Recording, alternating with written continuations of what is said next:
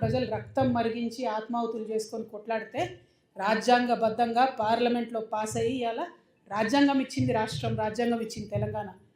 మీ డిక్షనరీలో ఉంటే ఎంత లేకుంటే ఎంత, మీరు ఏం డిక్షనరీ చదువుతున్నారో మాకేం తెలుసు, మాకు అవసరం కూడా లేదు దాంతో. అదొక మాట అన్నారు. అయిపోయిందా? అయిపోయాక వెంటనే మంత్రి లోకేష్ గారు ఏమంటారు, మేము తెలంగాణలోకి విస్తరిస్తున్నాం అంటారు. అయ్యా లోకేష్ గారు, ముందు ఇప్పుడు వానాకాలం వస్తూ ఉన్నది. అయ్యా పవన్ కళ్యాణ్ గారు, మీరు రేపు పొద్దుగాలేంది తెలంగాణ నవనిర్మాణాన్ని పవన్ కళ్యాణ్ వచ్చి ఇక్కడ సభ పెడతాడు. నేనేమంటున్నా అంటే ఈ లోకేష్ గారు పవన్ కళ్యాణ్ గారు వాళ్ళది ఒకటే ప్రభుత్వం కదా, ఆంధ్ర ప్రభుత్వాన్ని నేను విజ్ఞప్తి చేస్తున్నా. వానాకాలం వస్తుంది, మీ సెక్రటేరియట్లో మీ అమరావతిలో మీ ముఖ్యమంత్రి గారి కుర్చీ కింద నీళ్ళు రాకుండా చూసుకోండి. ఫస్ట్ ప్రతి వానాకాలం అక్కడ క్యాపిటల్ మునుగుడే, ప్రతి వానాకాలం అక్కడ క్యాపిటల్ మునుగుడే.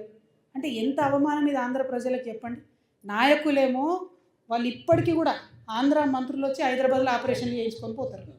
12 ఏళ్ళు అయింది, ఆడ కట్టుకోరాదనే హాస్పిటల్. మీ ప్రజలకు ఎట్లా మరి? మీరంటే కార్లు ఉన్నాయి, రయ్యరువే వచ్చిపోతారు. ప్రజలకు ఎట్లా? వాళ్ళు ఎక్కడికి పోవాలి? అయితే నెల్లూరులో ఉన్న వాళ్ళు చెన్నైకి పోవాలి, అక్కడ ఉన్న వాళ్ళు బెంగళూరు పోవాలి, అనంతపురం వాళ్ళు లేకపోతే విజయవాడ దగ్గర ఉన్న వాళ్ళంతా హైదరాబాద్కి రావాలి. అంటే ఇప్పటికీ కూడా మీ ప్రజలకు హాస్పిటల్ కట్టరు, ఇప్పటికీ మీ ప్రజలకు కావాల్సిన వసతులు ఇయ్యరు. మీ రాజకీయ అవసరాల కోసం మాత్రం తెలంగాణ మీద పడేస్తారు. ఇది కరెక్ట్ కాదు. మేము గమనిస్తున్నాం. తెలంగాణ వాదులం రాజకీయంగా పరిణితి చెందినటువంటి వాళ్ళం.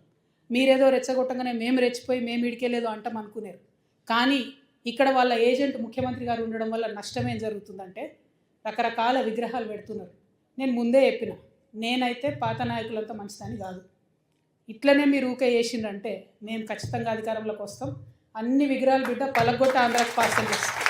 నేనైతే అంత ఓపిక మంత్రాలని కాదు, అంత విశాల హృదయం లేదు నాకు. ఎందుకు ఈ మాట చెప్తా ఉన్నా అంటే రావచ్చు పోవచ్చు, రొయ్యలు అమ్ముకోవచ్చు, రావచ్చు పోవచ్చు, షూటింగులు చేసుకోవచ్చు, రావచ్చు పోవచ్చు, సినిమాలు తీసుకోవచ్చు.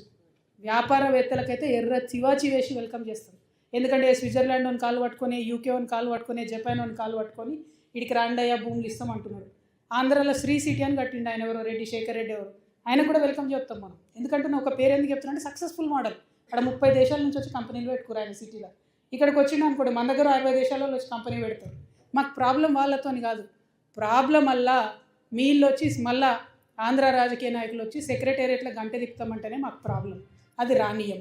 ఇక పవన్ కళ్యాణ్ గారు ఆయన మీద ప్రొఫెసర్ నాగేశ్వరరావు గారు ఒక మాట మాట్లాడారు. అట్లనే నిన్న మన పాశం యాదగిరి అన్న ఒక మాట మాట్లాడంగానే ఇక్కడ వాళ్ళ ఏజెంట్ ఉన్నాడు కాబట్టి ఆంధ్ర పోలీసు వాళ్ళు మా మేధావులు ఇంటికి వస్తారు. ఇట్లా చేస్తే మాత్రం ఊరుకోం, క్వశ్చనే లేదు. మాకు అన్ని రైట్స్ ఉన్నాయి, మేము అనుకున్నది మేము ఖచ్చితంగా చెప్తాం. రాజకీయంగా దమ్ముంటే దాన్ని ఎదుర్కోండి. మీ కాడ రాజధాని కట్టుకున్నాడు రాదు శాత కాదు, కానీ ఇడికి వచ్చాట తెలంగాణ నవనిర్మాణం చేస్తారట. మా పని మేము చేసుకుంటాం, మా నిర్మాణం మేము చేసుకుంటాం, మా కథలు మేము పడతాం. రాష్ట్రం విడిపోయింది, ప్రజలు విడిపోలే. మీరు ప్రజల మధ్యలో చిచ్చు పెట్టకండి. చిచ్చు పెడితే మాట్లాడేటోళ్ళు లేరు, ఊరుకుంటోళ్ళు లేరు అనుకుంటారేమో. ఇగో ఈ జెండా రాకముందు లెక్క వేరే, ఇప్పుడు లెక్క వేరే. టీఆర్ఎస్ 2.0 ఇక్కడ, టీఆర్ఎస్ 2.0 ఇక్కడ పెట్టుకుంటే మాత్రం మంచిగా ఉండదు. ఇదివరకు ఒకసారి పెట్టుకున్నారు, రాష్ట్రం వచ్చింది. ఈసారి మూతి పనులు రాలిపడతాయి. కాబట్టి మీరు మా ప్రజల్ని తక్కువ చేసి మాట్లాడడం, మా మేధావుల మీద చేయాలనుకోవడం, లేనిపోని సాంస్కృతిక పెత్తనం మా మీద రుద్దాలనుకోవడం, మీకు అక్కడ రాజధాని కట్టుకోవడం చేతగాక మీ పొలిటికల్ పంచాయతీలను తీసుకొచ్చి మా మీద రుద్దడం. ముందు మీ రాజధాని కట్టుకోండి. మా జిహెచ్ఎంసీ ఎన్నికలలో పోటీ చేసే విషయం మీరు మళ్ళీ ఆలోచిద్దాం. మా జిహెచ్ఎంసీలో ఇక్కడ సెటిల్ అయ్యి ఇక్కడ ఉన్నటువంటి ఆంధ్ర బిడ్డలు మా వాళ్ళు. గత 12 ఏళ్ళుగా వాళ్ళని మేము కడుపులో పెట్టుకొని కాపాడుకున్నాం. ఇంకా ఎన్ని ఏళ్ళైనా అట్లనే కాపాడుకుంటాం. తెలంగాణ వాళ్ళం ఎవరిని ఇబ్బంది పెట్టేటోళ్ళం కాదు. చుట్టపు చూపుగా వచ్చినా ఇంటికి వచ్చినా వాళ్ళని ఉన్నాం, వాళ్ళు మన దగ్గరే ఉన్నారు, మన దగ్గరే సెటిల్ అయిన వాళ్ళతో ఇబ్బంది లేదు. రాజకీయంగా పెత్తనం చేస్తాం, సెక్రటేరియట్లో ఏలు పెడతాం, మీ విధానాలలో ఏలు పెడతాం, మీ నీళ్లు దోసుకుంటామంటే మాత్రం ఊరుకునేది ఉండదు. ఖచ్చితంగా చెప్తా ఉన్నాం. ఇవాళ మా ఉద్యమ ఆకాంక్షలో పరిరక్షణలో భాగంగా మొట్టమొదటిది మా అస్తిత్వాన్ని పరిరక్షించుకోవడం. ఆ అస్తిత్వాన్ని పరిరక్షించుకోవడంలో మీరు ఆంధ్ర వాళ్ళైనా సరే, ఇక్కడ ఆంధ్ర ఏజెంట్గా ఉన్న తెలంగాణ ముఖ్యమంత్రి అయినా సరే, తెలంగాణ అస్తిత్వాన్ని క్వశ్చన్ చేసే విధంగా మాట్లాడితే మాత్రం ఊరుకునేదే ఉండదని చెప్పి ఈ సందర్భంగా తెలియజేస్తూ, మరి ఇక్కడ ఉండేటటువంటి మన ఉద్యమకారులకు నేను రిక్వెస్ట్ చేస్తూ ఉన్నా. ప్రభుత్వాన్ని మనం పదే కోరినాం, 2.5 సంవత్సరాలు అయింది. ఉద్యమకారుల ఆకాంక్షలు నెరవేర్చండి, ఉద్యమకారులకు మీరు ఇచ్చినటువంటి వాగ్దానాలు నెరవేర్చండి అని పదే పదే అడిగినాం. అడిగితే ఏం చేసిండ్రు? ఇప్పుడు వరకు 2 సార్లు 3 సార్లు కమిటీ చేసిండ్రు. టైంపాస్ చేస్తున్నారు తప్పితే విషయం అయితే క్లారిటీ ఇస్తలేదు. రేపు 2వ తారీఖు, రేపు తెలంగాణ రాష్ట్ర అవతరణ దినోత్సవం. మనందరం సగర్వంగా జెండా వేసుకొని చాటే రోజు. రేపు ముఖ్యమంత్రి గారికి మేమందరం ఇక్కడ నుండి ఈ రౌండ్ టేబుల్ వేదికగా డిమాండ్ చేస్తూ ఉన్నాం. ఏదైతే మీరు మేనిఫెస్టోలో ఉద్యమకారులకు హామీ ఇచ్చిందో అది రేపు ప్రకటించండి. కమిటీలు చాలు, ఇక టైంపాసులు చాలు, కాకమ్మ కబుర్లు చాలు, కేకేలు పీకేలు ఇవన్నీ మాకు వద్దు. మాకు కావాల్సింది ఏంటిది? మీరు ఉద్యమకారులకు ఏదైతే ల్యాండ్ ఇస్తామన్నారో 250 గజాలు అది ఇవ్వండి. మీరు ఉద్యమకారులకు అమరవీరుల కుటుంబాలకు ఏదైతే పెన్షన్ ఇస్తామన్నారో అది ఇవ్వండి. ఏమేమైతే మీరు వాగ్దానం చేసిరో అది ఇవ్వండి. కేవలం కోదండరామ్ సారు ఒకరిద్దరు బెనిఫిట్ అయితే సరిపోదు. ఎవరిని చూసి అయితే ఉద్యమకారులు కాంగ్రెస్ పార్టీ కోటేసిండ్రో ఆ నాయకులకు వాళ్ళందరికీ కూడా మేము హెచ్చరిక చేస్తూ ఉన్నాం. మీరు ముఖ్యమంత్రి గారిని కన్విన్స్ చేయండి.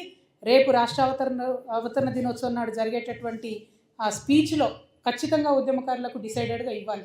లేకుంటే ఇదివరకే అనుకున్నాం మేము భూముల ఆక్రమణ చేసుకుంటామని, ఇవాళ వాస్తవానికి ప్రభుత్వ భూమిని ఆక్రమించుకునే కార్యక్రమం ఉండే. కానీ తెలంగాణ వాదులందరికీ కూడా ఈ ఆంధ్రోలు చేస్తున్నటువంటి కన్ఫ్యూజన్ని సవివరంగా వివరించాల్సినటువంటి అవసరం ఉండే కాబట్టి ఆ ప్రోగ్రామ్ని రౌండ్ టేబుల్కి మార్చుకోవడం జరిగింది. ఎందుకంటే మనం ఆగం కావద్దు. లోకేష్ బాబు నేను ఎక్స్పాండ్ చేస్తాను కానీ ఇదేం సామ్రాజ్యం కాదు, ఎక్స్పాన్షన్ కుదరదు. దాన్ని వెనుకున్న విషయాన్ని అర్థం చేసుకోవాలి. వాళ్ళు అక్కడ లోకల్ పంచాయతీ ఉండి తెలంగాణకు వస్తాం ఇక్కడికి వస్తాం అంటారు. ఇదివరకు ఇక్కడికి ఆంధ్ర పార్టీలు వస్తే వాటికి ఇక్కడ ఎగ్జిస్టెన్స్ లేదనే పంపించారు కదా ప్రజలు. ఇది ప్రజాస్వామ్యం, ఎవరైనా రావచ్చు, పోటీ చేయొచ్చు. కానీ ప్రజలు ఓట్లేరు అన్న విషయం తెలిసింది కాబట్టే ఇక్కడ దుకాణాలు బంద్ పెట్టుకొని అక్కడ పోయిండ్రు. ఇవాళ రాజకీయాల కోసం మాట్లాడుతున్నారు. కాబట్టి ఆ విషయాన్ని మనం ఖండిస్తూనే మనకు మన రాష్ట్రంలో మన ప్రభుత్వం నుంచి రావాల్సినటువంటి అంశాల మీద, ఆకాంక్షల మీద అందరం కూడా మాట్లాడాలని చెప్పి మళ్ళొకసారి కోరుకుంటూ ఇప్పుడున్నటువంటి ముఖ్యమంత్రి గారికి కూడా హెచ్చరిక చేస్తున్నాం. మీరు గోదావరి కావేరీ లింక్ ప్రాజెక్టు పోలవరం నుంచి పోతుందంటే ఒప్పుకొని సంతకం పెట్టి వచ్చిండ్రు. నీటి హక్కులను వదులుకుంటున్నారు. కరెక్ట్ కాదు. కేంద్ర ప్రభుత్వంతో సత్సంబంధాలు ఉన్నాయని చెప్తున్నారు కానీ రాష్ట్రానికి రావాల్సిన నిధులు తెచ్చుకోలేకపోతున్నారు. అది కూడా కరెక్ట్ కాదు. సో రాష్ట్ర డెవలప్మెంట్లో కూడా మనం ఏం కార్యక్రమాలు చేయాలో కూడా మీరందరూ సలహాలు సూచనలు ఇవ్వాలని కోరుతున్నాం. ఎందుకంటే టీఆర్ఎస్ పార్టీ పెట్టిన రోజు చెప్పినాం 5 అంశాల మీద మేము ఫోకస్ చేస్తూ ఉన్నాం. పాంచజన్యం అనేటటువంటి అంశాలతో ముందుకు పోతున్నాం. తెలంగాణ ప్రజలందరికీ ఉచిత విద్య రావాలి, ఉచిత వైద్యం రావాలి, మన వ్యవసాయంలో రైతే రాజు అనేటటువంటిది ఒక నినాదం కాదు, విధానం కావాలి. అదేవిధంగా యువకులందరికీ కూడా 2 లక్షల నుంచి 20 కోట్ల రూపాయల వరకు రుణాలు ఇవ్వాలి. అన్నిటికన్నా ఎక్కువ మనందరం కలలు కన్నటువంటి సామాజిక తెలంగాణ నిజం చేసుకోవాలి. సబ్బండ వర్గాలకు పాలనలో ప్రాతినిధ్యం రావాలి. ఈ అంశాలన్నింటినీ ముందుకు తీసుకొని వెళ్తూ ఉన్నాం కాబట్టి ఖచ్చితంగా రాష్ట్రం తెచ్చుకున్నటువంటి వాళ్ళమే ఇక్కడ అందరం కూడా ఉన్నాం. రాష్ట్రాన్ని ఎట్లా డెవలప్ చేసుకోవాలి, దానికోసం మన పాత్ర ఏముండాలి, ఇప్పుడున్న ప్రభుత్వాన్ని ఎట్లా నిలదీయాలి, ఆంధ్ర ప్రభుత్వం యొక్క కుట్రలను ఎట్లా ఛేదించాలి, ఈ అన్ని అంశాల మీద సవివరంగా మాట్లాడి సూచనలు ఇవ్వాల్సిందిగా పెద్దలందరినీ కూడా కోరుతూ మీ దగ్గర సెలవు తీసుకుంటున్నా. జై తెలంగాణ, జై తెలంగాణ, జోహార్ తెలంగాణ. అమరవీరులకు కొనసాగిస్తాం అమరవీరుల ఆశయాలను. మొత్తం అందరూ మాట్లాడే వరకు ఉండి మళ్ళీ చివరిలో మనం కంక్లూడ్ చేసుకుందాము. మనకు తీర్మానాలు కూడా చేసుకుంటాం ఈ రౌండ్ టేబుల్ నుంచి.